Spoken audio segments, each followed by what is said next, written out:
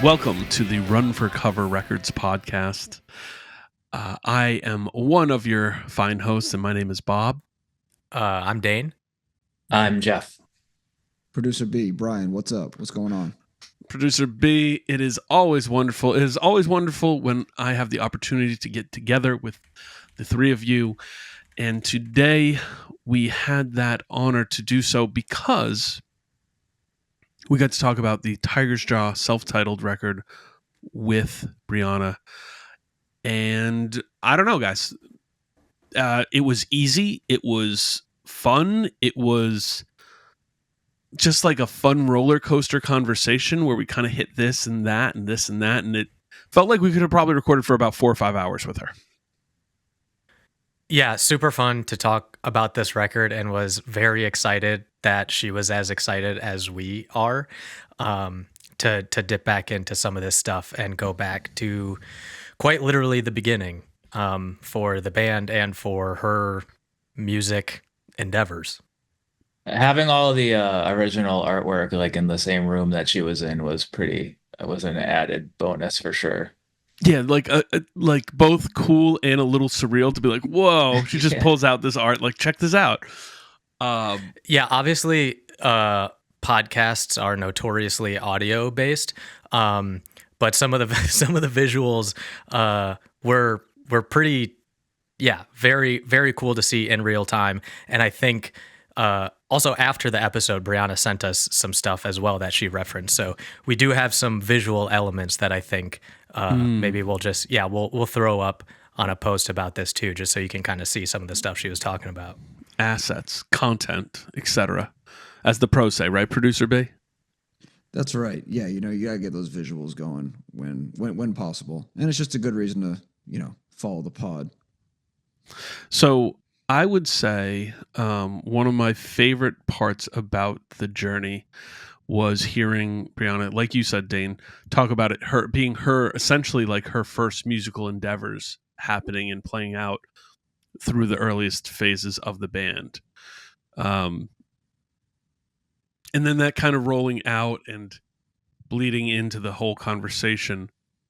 One element that we didn't get was Jeff. You got involved with Tiger's Jaw pretty early, but more importantly, I don't know when it was. It could have been around the time of this record, maybe even just a little later, but you went and toured with them a bit. Is that right? Yeah, I probably did 3 times total go on some sort of outing with them. We went to Canada once, and I think I did a few dates with them in America.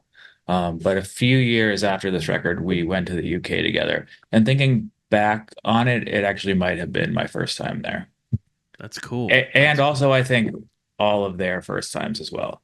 Because I remember we were at the airport and like didn't even like know where to start in getting on an international flight. You gotta drive on what side of the road? Oh no, we didn't get that far yet. Oh yeah, they didn't even leave the U.S. man. Come on. So this is an age-old question, but also a fun one. And I think I prefaced this. How did you end up going out with them? I imagine that they would stay at my house in Brighton, Mass, a bunch when they would play in Boston, and I probably just like went with them for a show or two, and then either Adam was like, "You should come with us," or I asked them to go with them. Yeah. But yeah, I was kind of just like, I don't even know if I was really. There wasn't even too much to help with. Yeah, I was gonna ask, I don't think I was selling merch. That's not your energy, man. I mean, I definitely have done that a bunch, but I'm not sure that's what I was doing here. Well, I want to say this to anyone who's listening, because I do imagine there's some people out there who are in this position, because I know I was. There was a time when I knew a band, or I was friendly with a band, and maybe they stayed at my house or did whatever, and I in the same situation where I just ended up in the van. They were like, "Hey, you want to come to Chicago with us?" And I'm like, "Yeah, I do want to do that as a 17-year-old. Let's go." You just ask.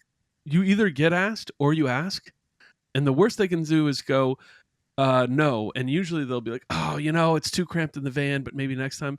So maybe take a learning cue here from Jeff. run for cover advice. Oh, can we do an advice episode, guys? Just ask. please. Just ask. You want to go on the tour? Ask to go on the tour. Yeah, it's called if they need somebody to do a job, you can always let them know that you're a really good vibe tech. It's a really important job to keep the morale up in the group. Works as a 19-year-old and as a 33-year-old. So, I think no age limit. No matter what band you're looking to go hit the road with, they all spend way too much time together.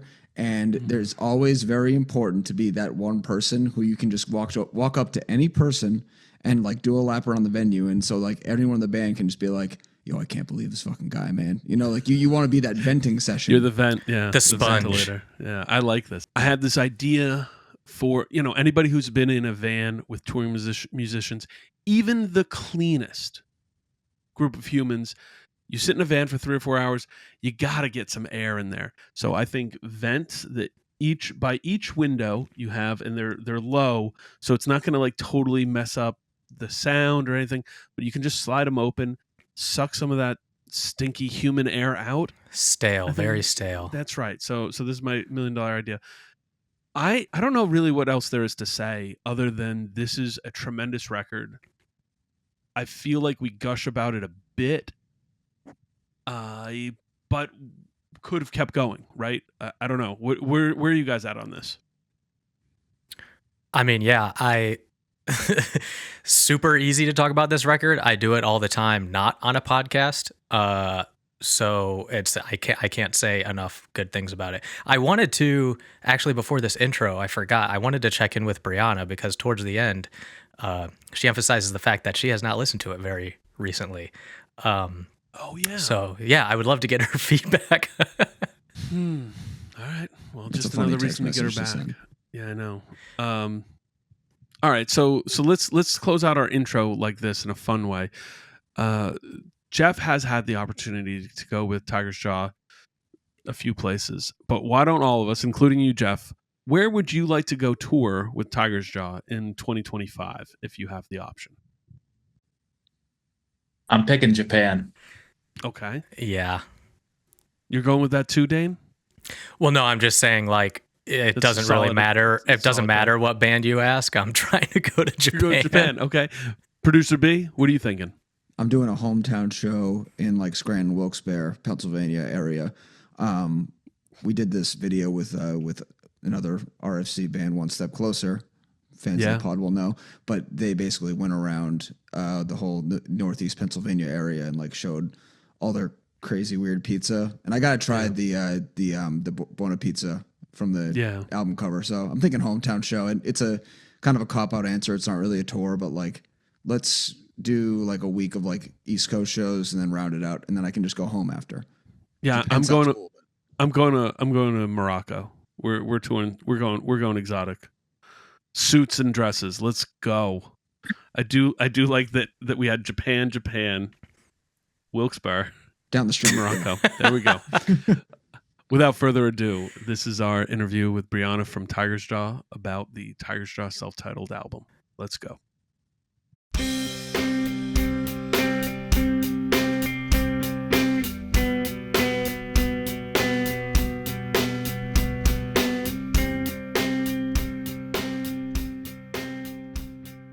Brianna, hi. Nice to talk to you. How are you? I'm doing great. How are you? I'm doing pretty well. Dane and Jeff and our our quiet producer B were discussing Tiger's Jaw before you came on, and it was one of those conversations where I was like, this could feel like weird if we were having it in front of you, because we all kind of agreed, we're like, yeah, this record's kind of like a big deal. So to start, do you feel like this record's kind of a big deal? I mean, yeah. It was like life-changing for me. It's the first record I ever was a part of.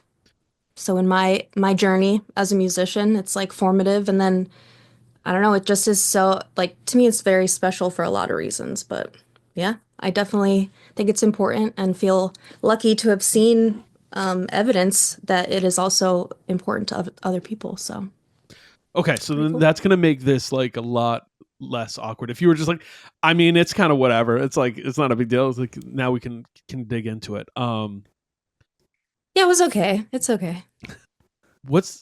How old were you when you put this when you were a part of this record? And if you don't mind, how old was Tiger's Jaw collectively?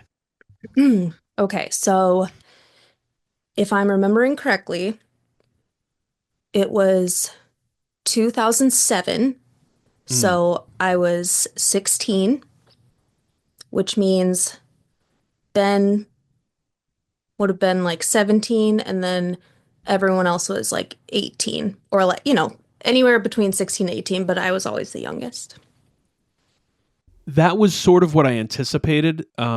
Dane, Jeff, did you guys have that kind of in your head that that Tiger's Jaw were like young, like teens still when this record came out?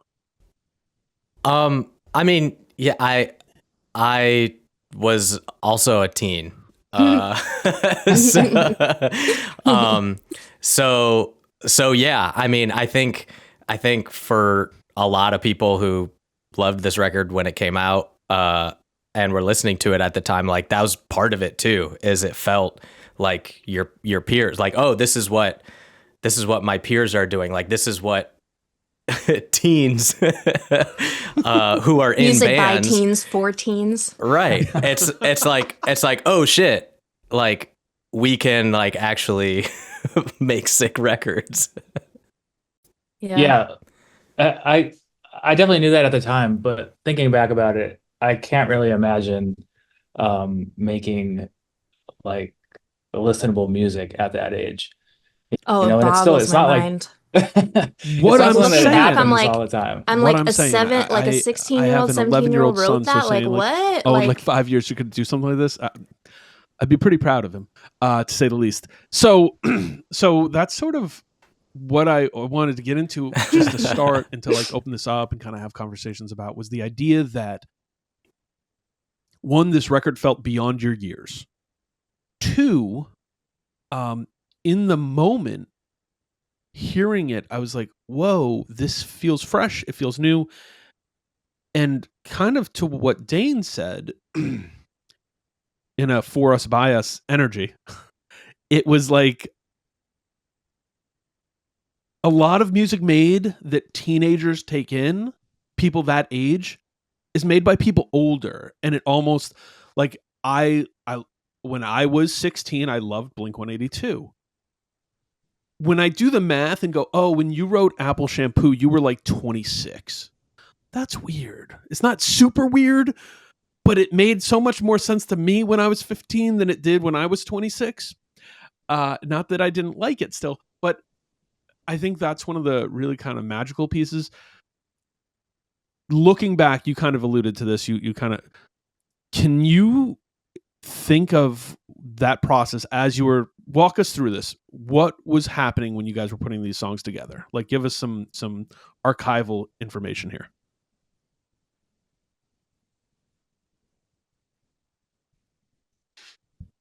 okay, well, during this like era of Tiger's Jaw, like Tiger's Jaw started in 2005, put out Belongs to the Dead, and then I joined like late 2006.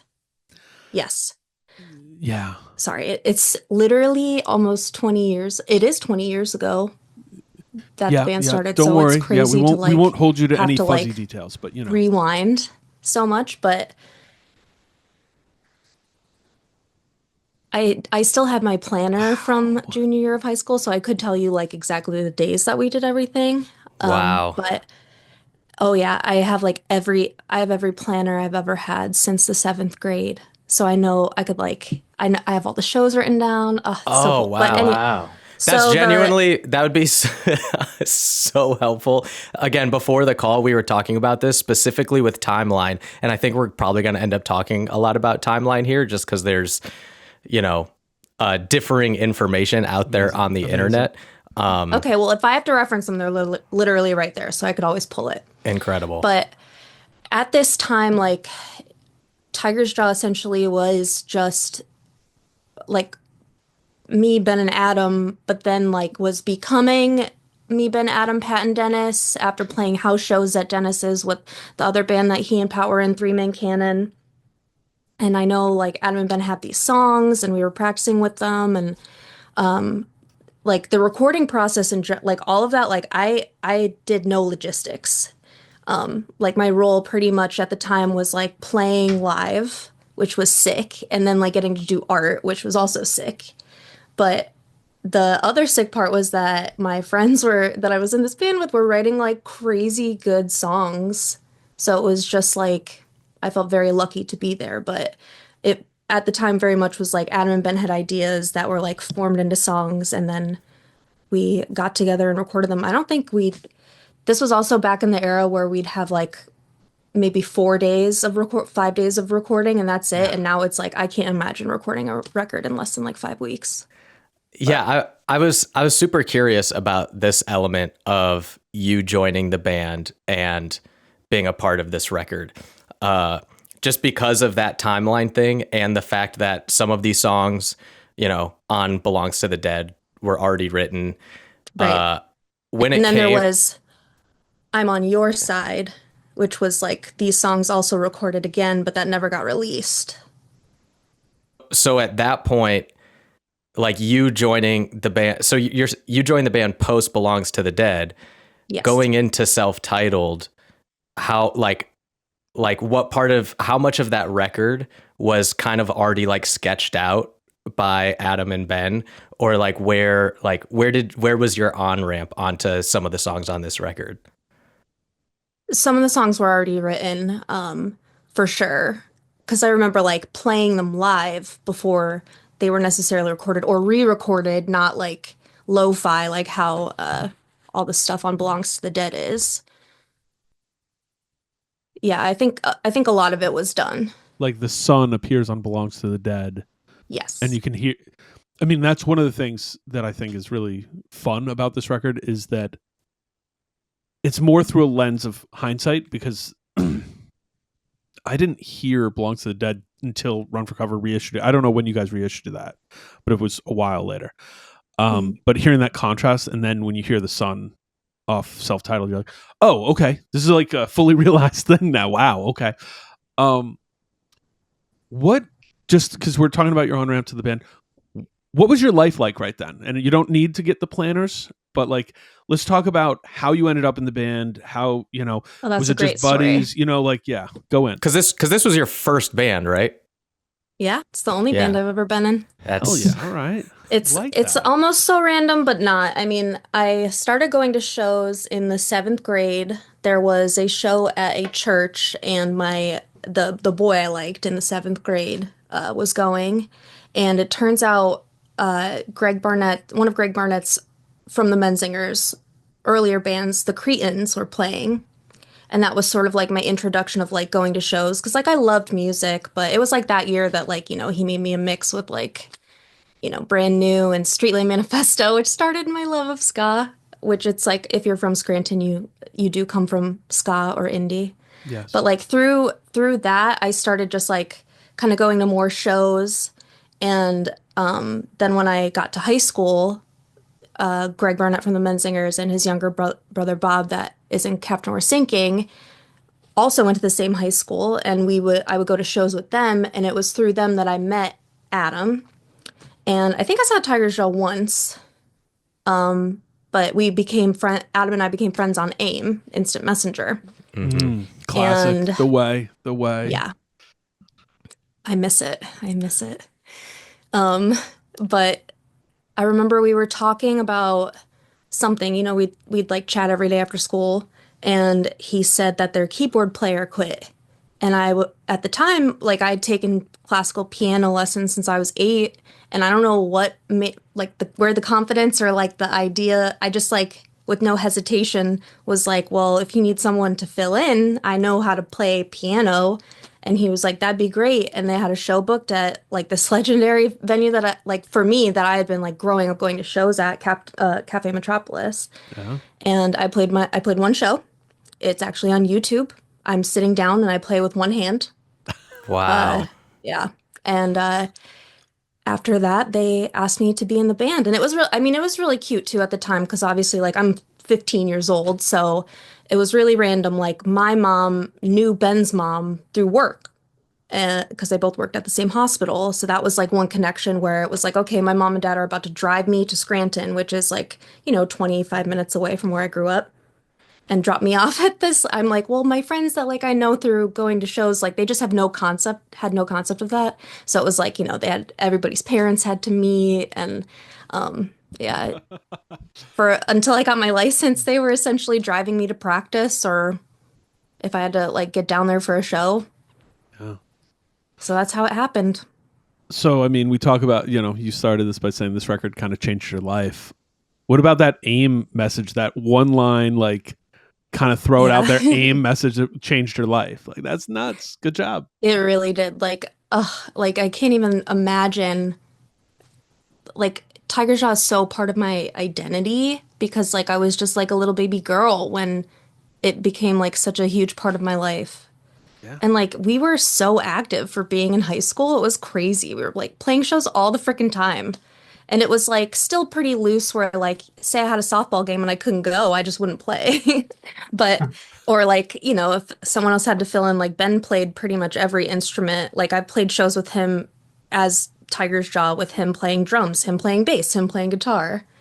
So it was just like we were just doing it to like have fun. I don't think there was ever I'm at least in my experience, it was never like I want to do this as my job or whatever. It was just like so sick to do it. Well, an extracurricular activity. Yes. Yeah, if there's not a softball game, I might go play in this band called Tiger's Jaw. No big deal. Yeah. Can you give the context too? Because this is, we talked about, northeastern Pennsylvania, Scranton, Wilkes-Barre, like what? Mm-hmm. Because I think, and well, you know what? I shouldn't assume.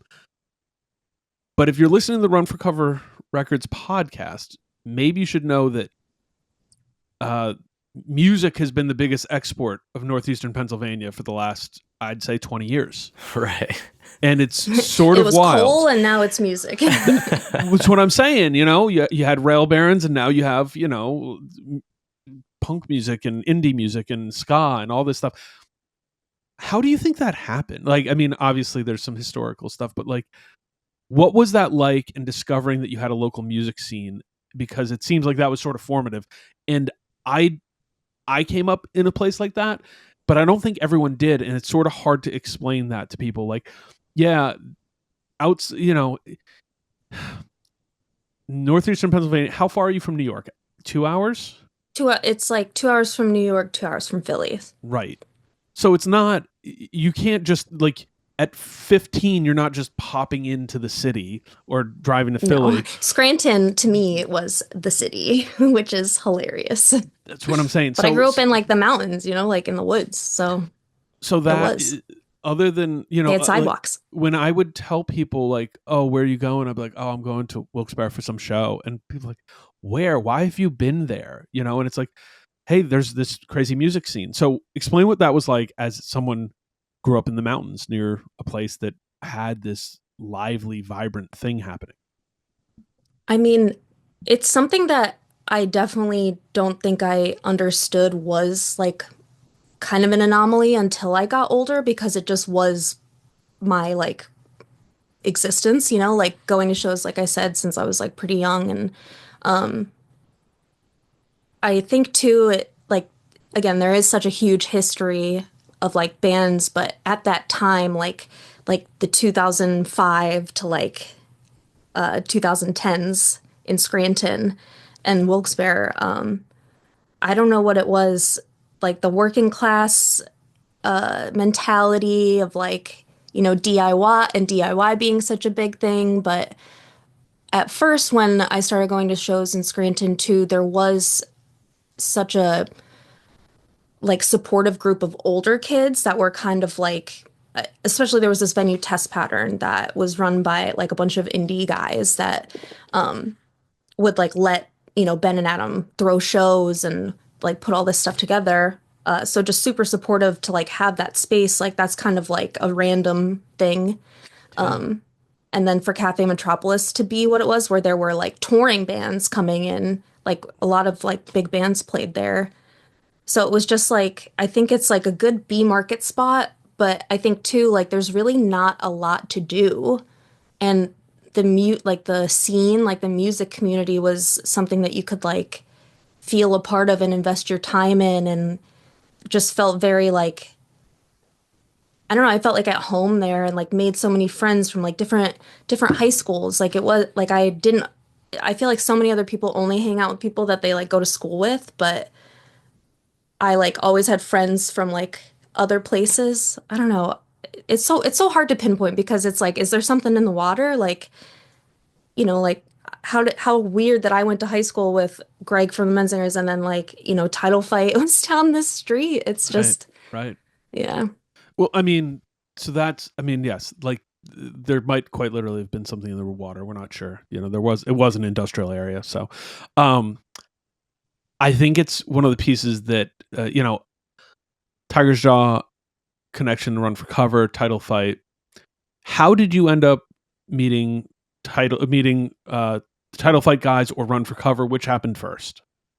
Title Fight first, and then Run for Cover. I have a very specific memory of meeting you, Jeff. So Title Fight. Jeff looks side to side like, uh-oh. Yeah. Jeff's gotta go. So Tiger's Jaw got asked to play a house show in Kingston at a girl Rashi's house, and Title Fight was playing, and I had never seen them. And that was kind of like our first introduction. It was just like so sick. Like what a legendary basement show. And since that show, we've been buds. I mean, I date. Well, I don't date him. I'm married to him now. Crazy. I'm getting used to saying dated that. for a while. I met my husband at that show, Shane, who plays in Title Fight, and we've been dating together since 2008. Yeah. So wow. there's just been a long connection there. But Title Fight was working with Run for Cover, so I had heard of Jeff, and then we were going to the Warp Tour, and it was like, oh well, you're gonna meet Jeff. He's working. I think it was the Bridge 9 tent, maybe. Yep. Oh wow. Yeah. Yes. 2009. That's when we met, because I saw Tiger's Jaw before that. Maybe you weren't there. That's completely possible. Big Tiger's Jaw. I remember that's the first time I met you. Big softball tournament. It was raining really hard. I had just seen Against Me, and then we met you. Yes, I remember that day. But I just figured I had met you when I met Adam and Ben. But I don't think you were there. It was at a show in Alston, like a basement show with Title Fight and Tiger's Jaw. But yeah, I remember that Warped Tour day for sure. What was your first impression of Jeff? We've never done this with anyone else. But let me. At some point, you know what? 2009. Yeah. Well, I thought it was sick. I mean, Run for Cover. Like, I mean, that was like it was a cool thing. Like a label. Like Title Fight was like going to put their stuff out on label, and I knew that Fireworks had stuff out on Run for Cover, and I loved Fireworks, so it was just like sick. And then like when we got the opportunity to like put stuff out with Run for Cover, it was like obviously we were going to do it. And at that time, Jeff, it was just like you alone in your apartment pretty much doing it. Yep. So sure was. Producer B, real quick, chime in here. Just add to our production notes. We need to do the Jeff episode of the Run for Cover Records podcast. Brianna, please feel free to join us. The Jeff episode. The Jeff episode. Oh wow! Oh my God, yes. Because you got that one in the timeline, the calendar. I'll pencil that in. I think it would be good if it's just sort of like an oral history, and it's just Jeff's not there, but it's just like I'm definitely compiled interviews. Can it also be slightly a roast? Oh, yeah. Love a roast. You know. It might have to be. I know. The days of Jeff running the label by himself are both a testament to internal fortitude, intestinal fortitude too, but also just sticking to it. Jeff, I don't think I've ever told you this, but I was amazed at how much you went through the ringer with Run for Cover in the first, 4 years, and you kept doing it. So good work. And as noted, you became someone who was quite cool. It was like, oh, I'm getting to meet Jeff from Run for Cover. It's cool. Yeah, crazy. Shout out Bridge 9 for getting Jeff out on the road to do work on his own record label. Yeah, that'll be in Chris Wren's comments on the Jeff episode. All right, so back to 2008 was a big year for you. It seems like. Yeah. Turned 17. Put out a record Good times. that I said pre-recording that I think is going to be looked back at as one of the defining records of like the 2000 like of that time frame. That's not like a pop record. Like not like, oh, of this scene of this. I think it's just like kind of crazy.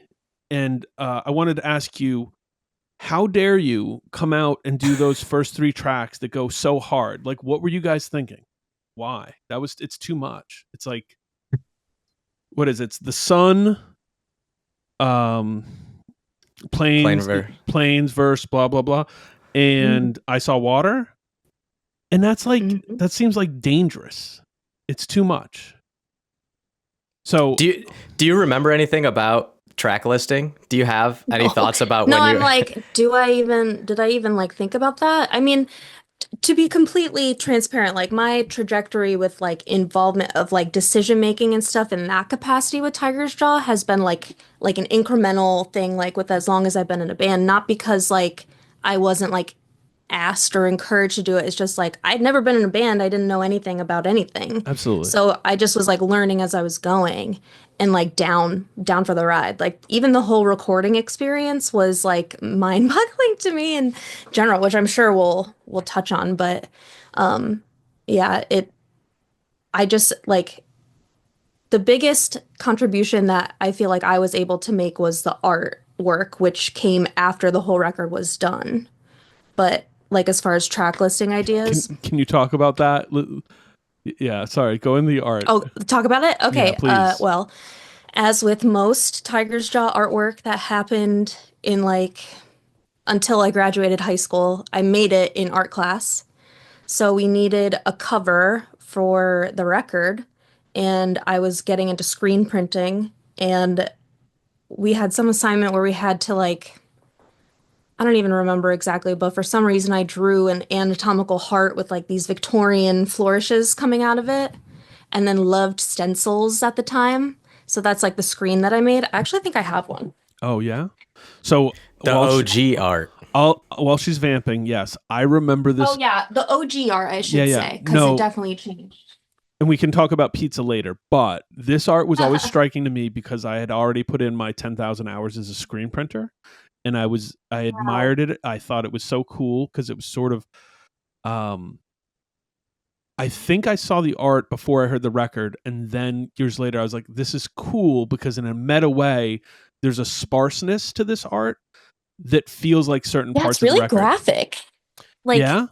I mean, the way that I kind of think about this too is like, I don't think self-titled, like the way that those songs are written can be replicated. It's so time and place. There's almost like nothing is overthought. It just is like pure.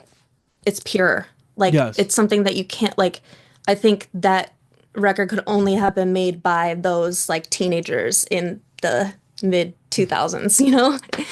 And the same with the art where it just was like, I wasn't being super conceptual about it. It just was like trying to like thinking like, oh, well, this is like something I like how it looks. And I like this process and making it work that way. And then literally figuring out how to scan, which was crazy at the time. And then Prison Jazz, the original label that put out self-titled, like did the packaging and stuff. But yeah, there's the original. A one-off of just the. I also used to screen print this on t-shirts, and one of my favorite things to do was to do it like 16 times and overlap them. That's fun. I think this might be the original. I don't know. You've got this stuff in like a fireproof folio, right? I keep it in my office in that drawer in my daybed, along with here's the Sphere Desire artwork. I have all of it. Wow. Whoa. That was my favorite, actually. That was my OG experience with Tiger Shot, was that 7-inch. The two world art too, not to get too off track because like I could do this forever, but We got all the like time in the literally world. falling apart. Oh, So no. cute. Wow. Yeah, All right. I got it all. One day this will be worth money, you know? This is where we're going to do your house tour, and we'll do it like an MTV Cribs kind of thing where you I have just so show much us shit through. like this too, where like I'm like trying to write things a million times to decide what way I like it, you know? Mm-hmm. But yeah, we could do that. So Do you remember any conversation about changing the artwork? I do. I'm So- not sure I was a part of that, and I don't recall. I don't recall like the reason why. I think it was just like to like have it be different from the release on Prison Jazz. Like I can't remember like a specific reason, but I remember my mentality of like redoing the art because 2008 was when Self-Titled was released on Prison Jazz, right? And then 2010 it was released on Run for Cover. So I was in college at that point, art school, and I was like, how can I visually represent this? This is when I start learning what it means to think conceptually. May have been a great thing for me. I don't know. Sometimes the overthinking of it all is like a little much, but I was like, how could I like visually represent this? Because it is a record that came out like at a different time. So I was like, well, why don't I like photograph us all together kind of hanging out at the places that we were all together at that time, because in 2010 or 2009, whenever I was doing the art for that, like I was going to school in Philly. Like we were just all kind of like, we weren't all in the same like Northeast PA area anymore. So it was like we all had to like get together, and after every practice at Adam's grandma's funeral home, we would go get Buona Pizza. And for a long time, when people started calling it the pizza record, I was like, no, what do you mean the pizza record? And they're like, pop punk pizza. And I'm like, what? Oof. Like, Oof. I know. Oof. I've That's accepted hard. it because there literally is pizza on the cover. Yeah. But it's like, it like means more than that. You know what I mean? Because it was like about like, that's like where we'd all come together. And there was a song, Buona Pizza, where it just like made sense to have it be the cover. And then the rest of the art is like, just like, from us walking around Scranton at different places. So it was supposed to be like visually representative of 2008, but like was done in 2009. Or yeah. I wanted to ask about the pizza specifically, and just I looked it up because I was like, I hope the pizza spot is still open, and it appears that I it had is. it yesterday. That's That was going to be you the follow-up answered my question. Yeah. Yeah, I was gonna say, how often are you I was popping in and randomly in grabbing a Scranton. slice? Well, for a while I was vegan, which was like sad because in Northeast PA, pizza is just like, there's so many different kinds. They're all good. They're all great, even I'd say. So I'm saying it. They're great. I think you're allowed to. So again, for the uninitiated, there's a few things you should know. I currently live in New Jersey, which is a pizza place. There's a lot of pizza here. It's mostly good.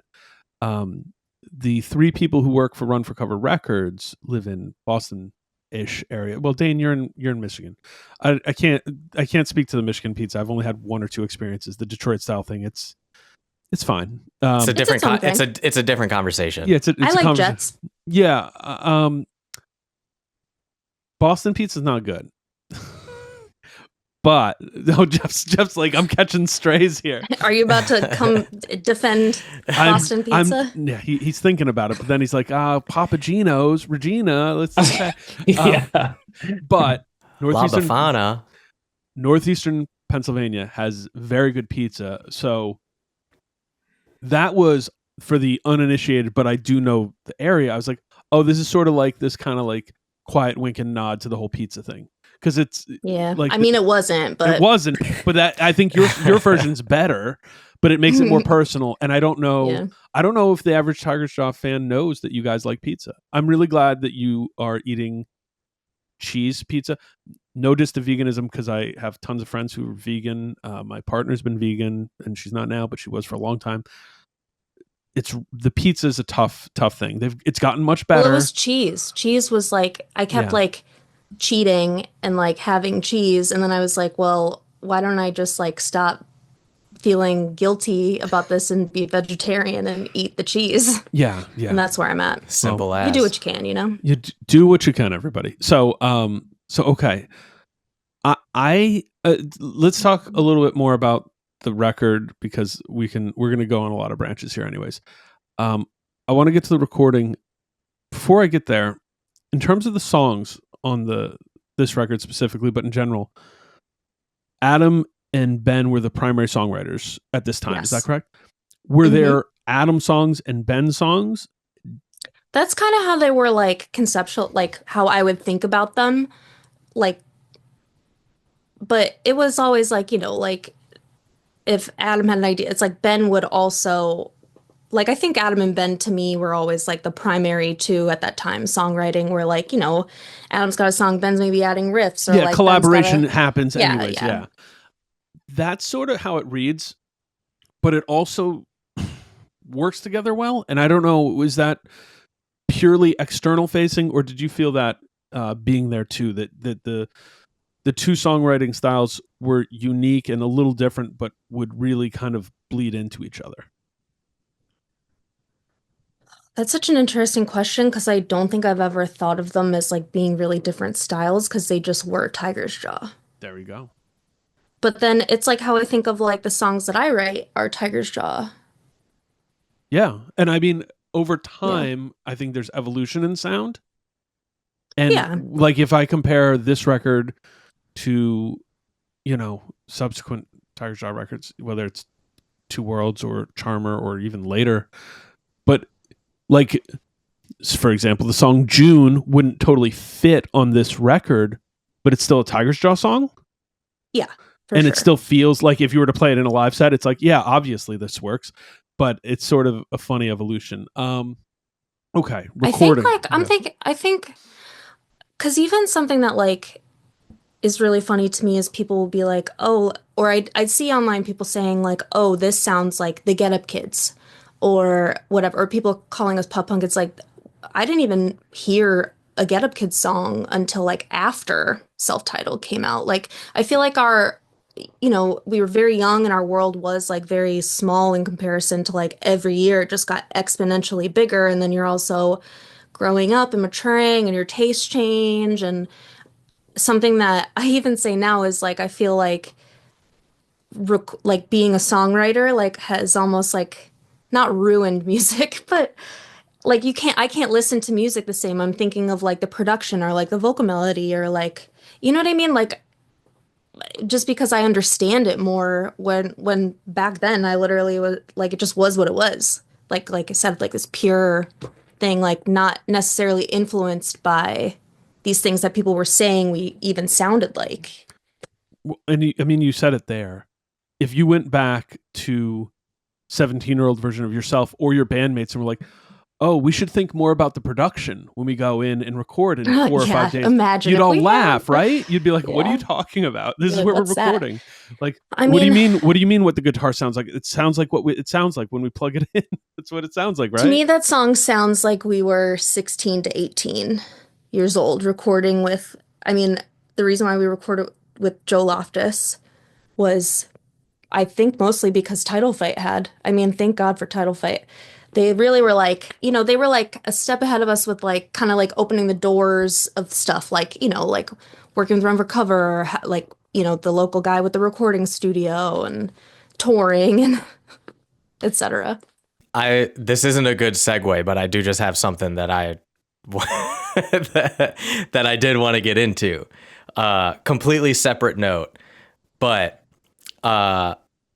with this record, I'm thinking a lot about the internet, and specifically for me at this time, Tumblr. And I think this record came out at a period of time where there's a lot of records that I think of as Tumblr records, which basically just means they were records that were out in the years that Tumblr was popping and people were sharing album art and music and stuff. So much like you're kind of like the pizza pop punk connotation, like that's wrong.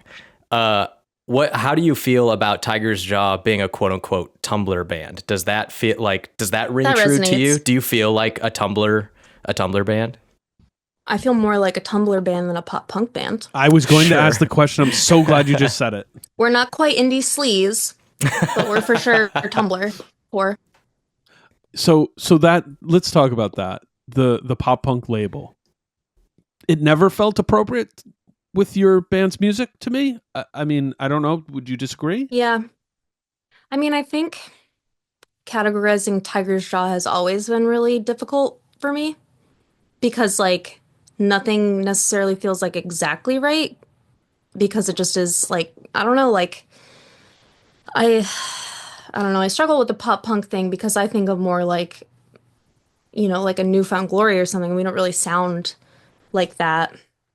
No. Like to me, we've always been more of like an indie band. Mm-hmm.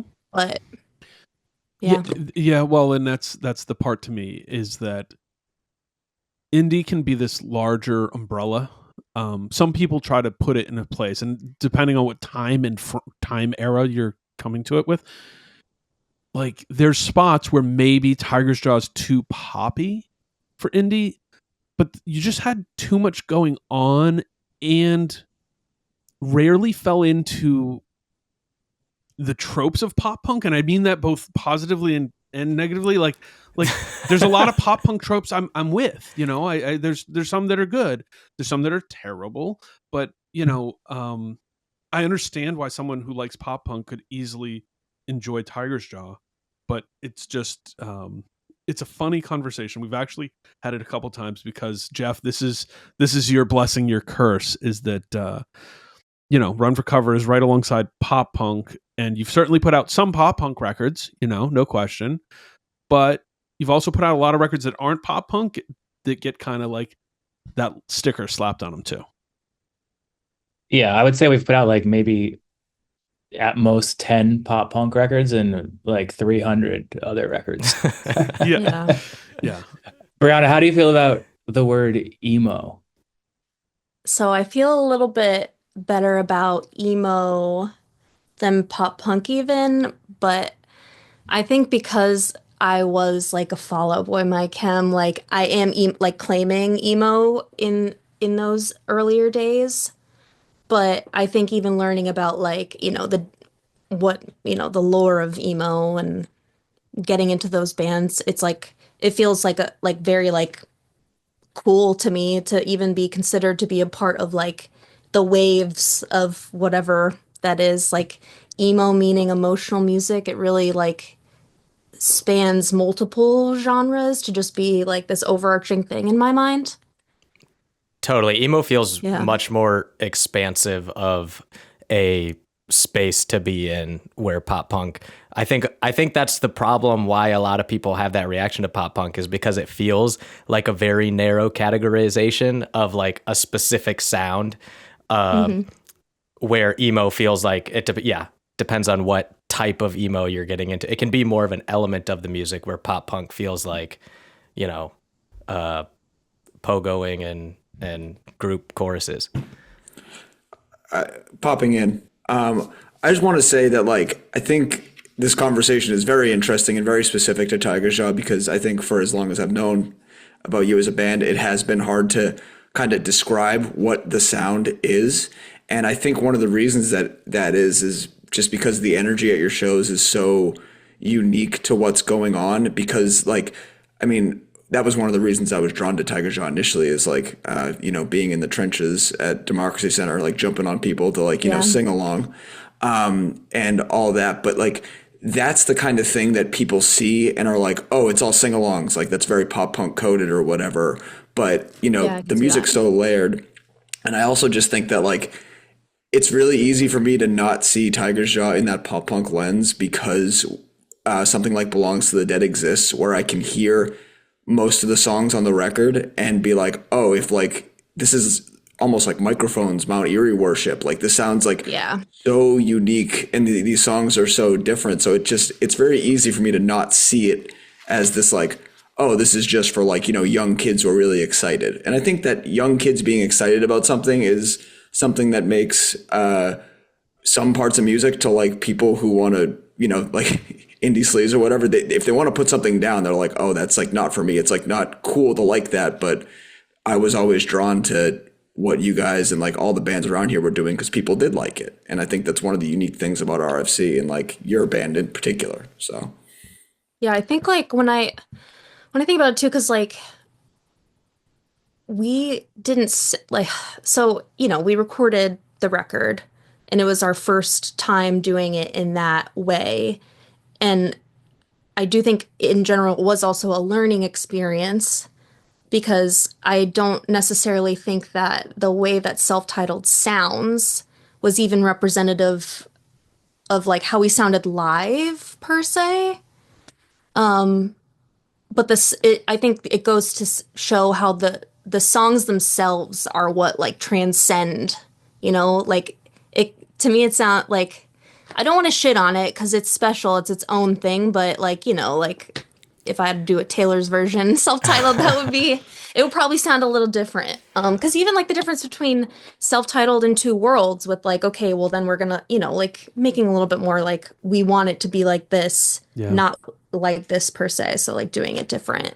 I'm curious how you would describe, at least at the time or how you remember it, the difference between just like what sonic elements were in the live show that were different than what you hear on the recording of Self-Titled. Like, is one of them like more this or less that, or this stuff was different? Like where do you see the difference between what those two sounds were?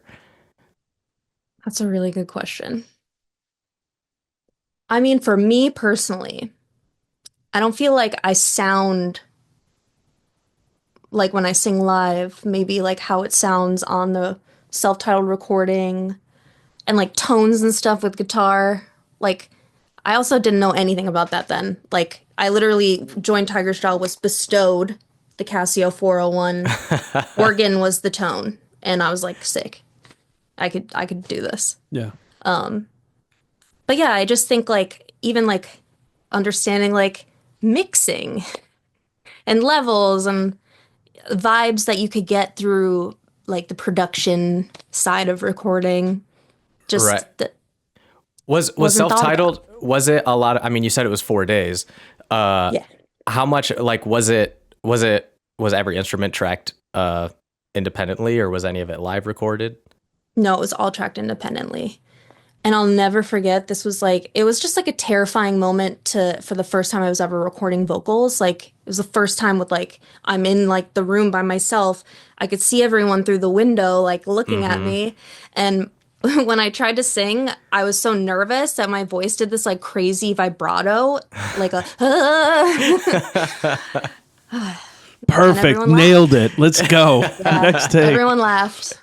No, they didn't. So yes, they did. I laughed too. So because it was like, it's a vulnerable moment. Yeah, but once you get that out of the way, it's like now you're chilling. Yeah. So the one thing you said, and I think I wonder about this and the thought of it. It's not that Self-Titled doesn't feel like it was thought out. Like clearly those were songs, and you can feel that when you hear the songs that these weren't songs that you guys were playing for the first time, like necessarily in the studio. Like, I don't know. Yeah, for sure. You could feel that the songs were fully formed and like had been worked through. But when it comes to the production stuff, when you hear Two Worlds and Self-Titled next to each other, there's so much more intentionality with Two Worlds. Like even that, which isn't a huge amount of time. But I mean, I think that's what makes records like this kind of special, and that's why you have it on an island here. Yeah, I mean, it was 2007 or 8, whenever it was, and like YouTube didn't exist. You couldn't like watch a tutorial about like anything. No, like, there's no the scope of like what of knowledge was so much narrower. than it is like now. Like now, like I don't know, Shane's working on production stuff and he'll be like, yeah, this 17-year-old sent me this crazy beat and it's like insane. Well, you mentioned this a few times too.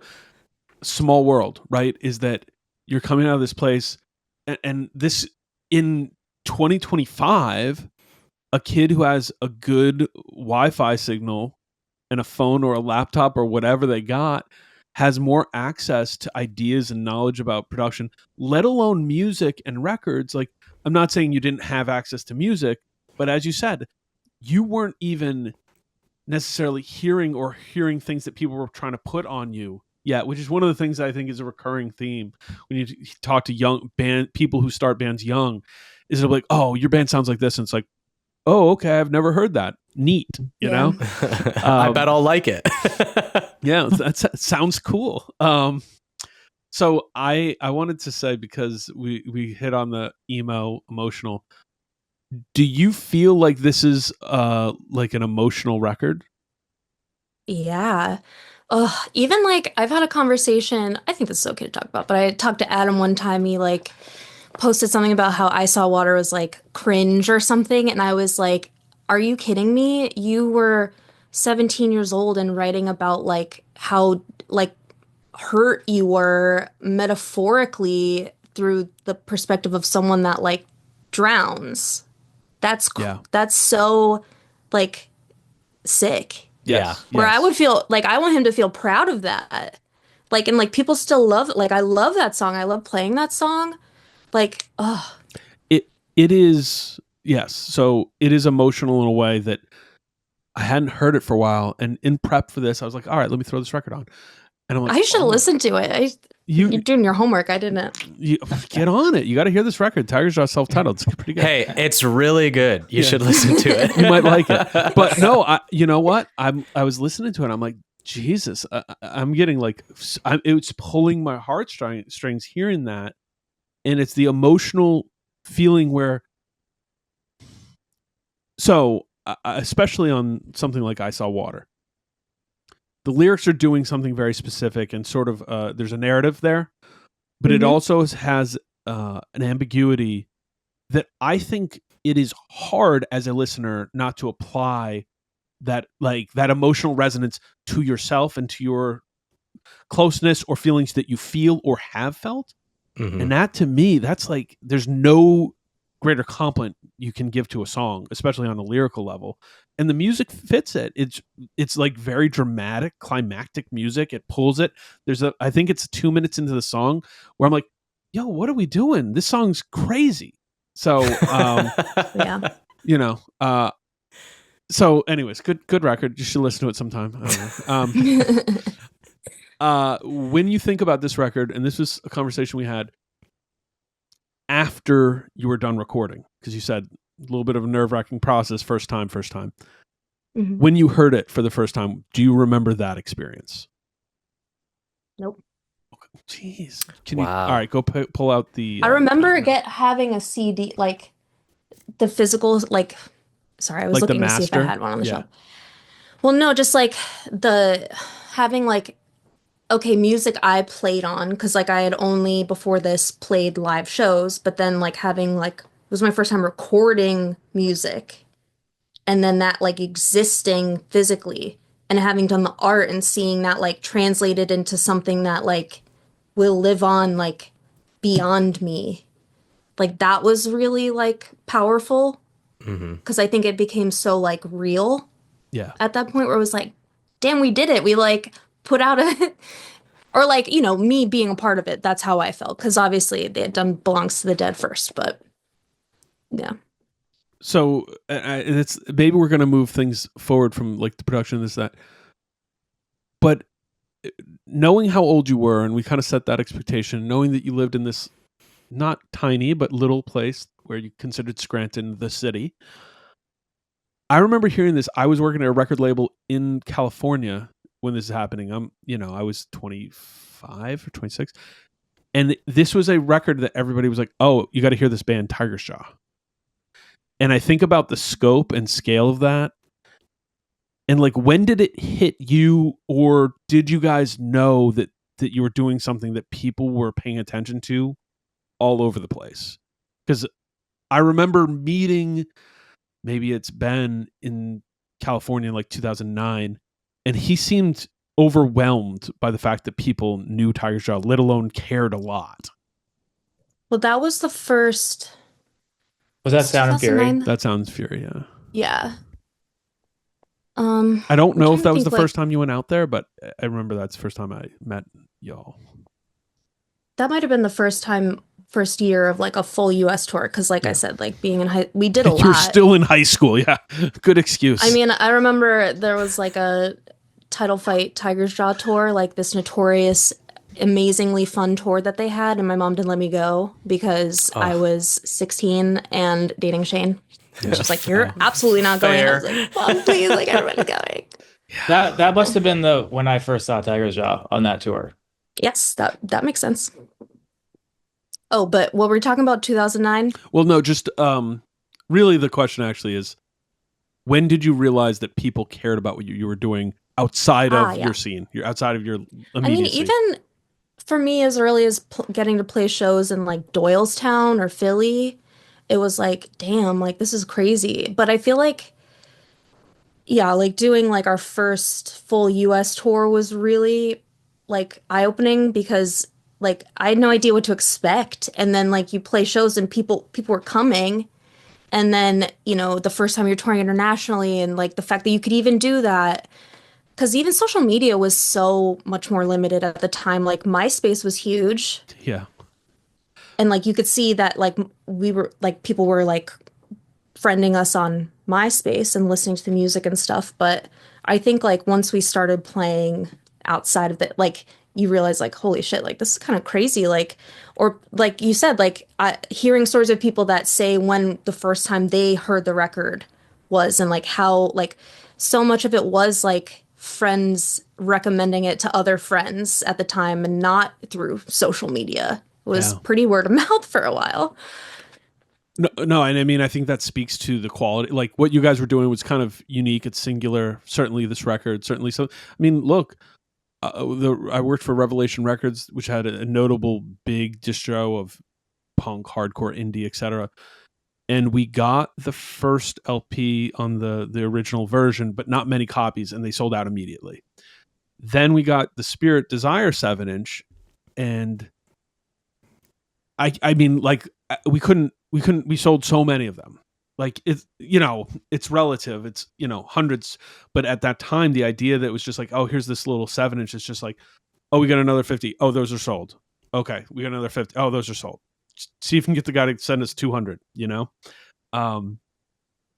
it's just one of those things that, especially when you're young, I don't know if that catches. Like if it even hits you what you're doing and how it's impacting. Like, oh, this is our band. Like there were probably people in Japan buying your band's records when you were still in high school and like going to after school events. That's cuckoo bananas. Right. I think too, though, it's like it now, if I want to kind of gauge how like big a band is, I see how many listeners they have on Spotify. I look at how many followers they have on Instagram and kind of like, you know, what kind of shows are they playing? Just, I don't know, out of curiosity sometimes. And like that didn't exist. Yeah. You know? What do you think? How would your experience be different if it was now? Like thinking about if Tiger's Jaw was like, this record's coming out 2025 and you're 17, right? It seems like a bump. It seems like maybe that little bubble and kind of being surprised by all this was like, oh, we're playing Doylestown. Wow, people like our band in Doylestown? Neat. I don't know if you feel the same, if you are like, oh, we only have 15,000 listeners on Spotify. Oh, man. You know, it's interesting. I mean, as an adult, that like at this point in time, it's like Tiger's Jaw is also kind of like, I never really consider it a job, because I like the whole point of Tiger's Jaw the whole time, at least for me, has been like, is this something I love to do, that is fun to do, that I find to be gratifying and challenging, and like a way to express my creativity? Like that has stayed the same for the last 19 years or whatever. But it's also like, sometimes I'm like, damn, it would be sick to get a TikTok hit and be able to quit my other job so I could just do Tiger's Jaw. Like, that's how I think of it, where it's like, it's not like I like want to be I don't care about being famous. Yeah. But I do like the idea of like our creative endeavor and all of the work and the time we put into it, like manifesting in a way that like is like could support my life so I don't have to work a 9-to-5 job. Maybe one day. I'm curious. I mean, obviously Tiger's Jaw is a creative outlet for you, music, and also, like you said, the art has been a big part of it for you as well. And the amount of art that you've done for Tiger's Jaw, whether it be, album covers or merch or posters or like anything else, whatever. Is there still a lane for like any other type of creative output from you that is not in Tiger's Jaw? Like, are you have the cut and paste record covers, you have the embroidery, like all of these kind of crafty, just like creative projects that you do for Tiger's Jaw. Do you have time, capacity, interest? Are you doing crafts or other types of creative art outside of this project? Yes, but I find that with my ADHD, if I don't have like an assignment or a due date, like I just don't finish usually. Like I last year I started 2 paintings and I was like, I'm just gonna do paintings because every other thing I've ever done has been like for an assignment or something.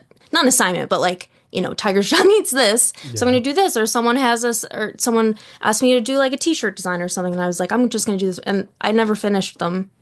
But it's like how I got into Animal Crossing for 3 months, and then I don't know if I'll ever pick up my Switch again. Well, it's got like Crash I want Bandicoot to, on it but now. yeah, well that's different. I don't know. I mean, it's a serious endeavor. Please come on.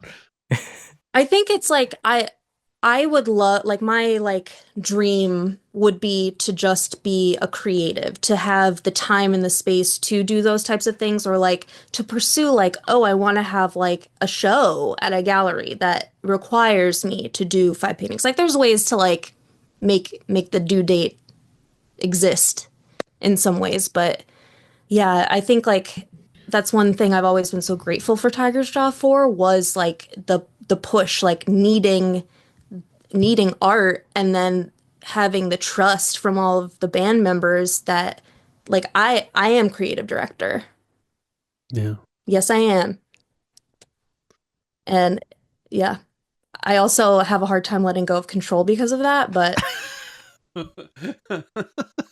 it's worked out so far. Yeah, I'll say it's okay. I'd say it's all right to have a little bit of control in that situation. Is there also, with your, again, you kind of mentioned that your involvement with the band was kind of this like incremental like ramp up to like all of the stuff that you were doing.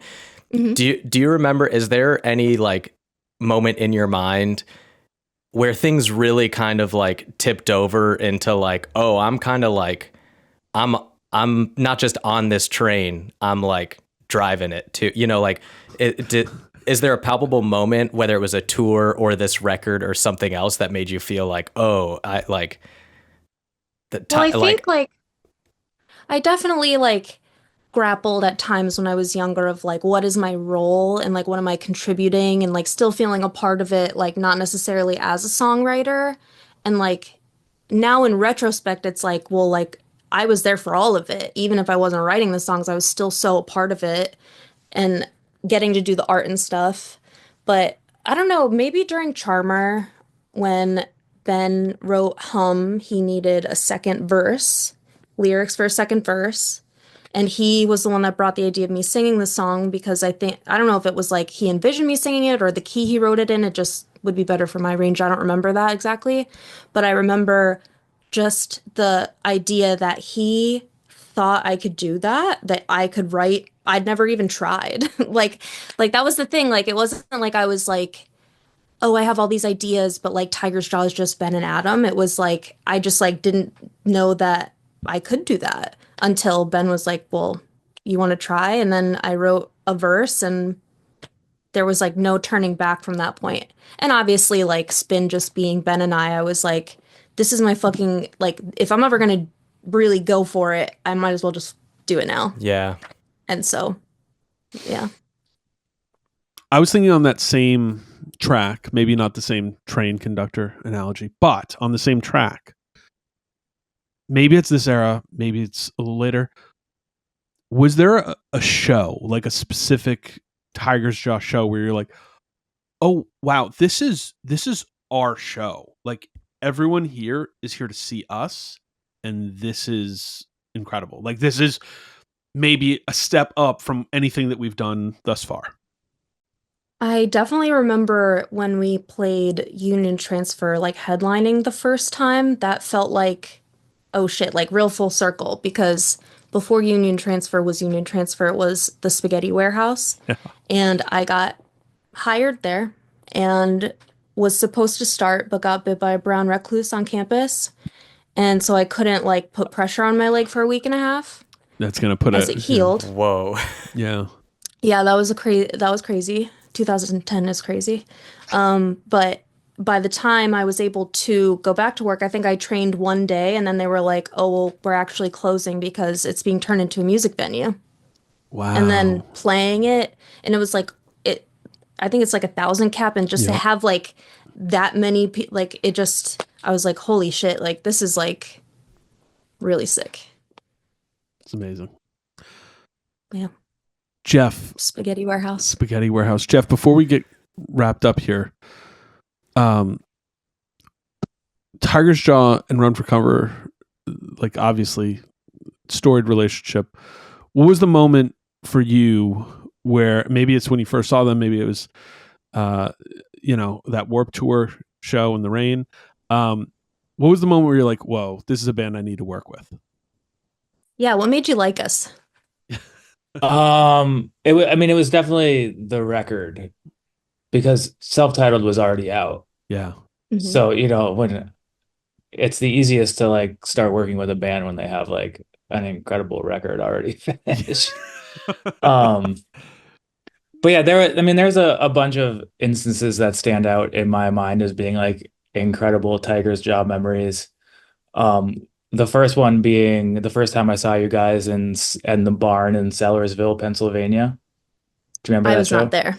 Oh, you weren't there. I know.